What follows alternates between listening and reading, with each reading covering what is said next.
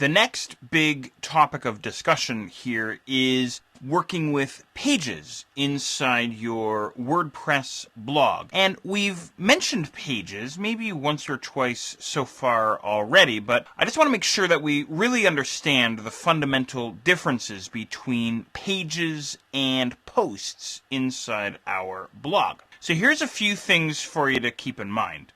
First of all, posts appear inside your blog loop. And don't forget, your blog loop is the chronological order of all of your posts all the way down your blog, right? That's the idea there. Now, where pages come in is pages are static, and they're not a part of your blog loop. They're not a part of your chronological order that all of your posts reside inside. So, in other words, pages reside outside of that chronological order. Imagine pages are exactly the same as posts, except they're not a part of that chronological loop, if that makes sense. So they sit outside of that loop. So how do you connect up to the pages that you've created inside your blog? Well, you'd have to create links to those pages. The links can either reside inside the header area of your blog or possibly the footer area, maybe even the sidebar.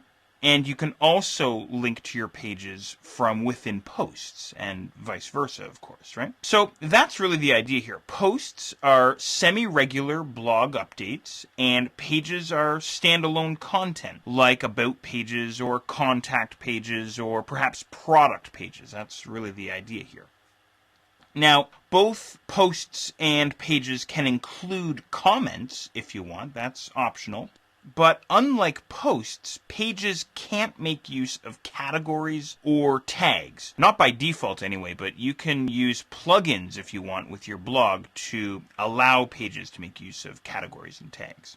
On the live portion of our blog, you'll notice here, if I scroll down just a little bit, that over on the right-hand side, underneath pages, we have our default About page. And if you want, you can go ahead and click on this guy, and that'll open up that specific static page, right? So again, pages are more static and rigid than your regular blog posts. And of course, there I can leave a reply for the page if I want to. Now, what I can do here as well is I'm going to flip into the back end of our WordPress blog, and I want to take a look at the back end of the About page that you and I were just looking at. So here's what I'm going to do. Over on the left-hand side, inside our menu here, go ahead and expand the Pages category, and then go ahead and click on Edit. Okay, now, inside the Edit Pages screen that appears here, there's our About page. And I'm going to go ahead and click on this fella here. And that, of course, will open up the static About page inside this Edit Page screen. And once again, my screen is pretty jammed up here, but I hope you get sort of the idea here. Let me just do this here. I'm just going to expand things out here a little bit. There we are, something like this.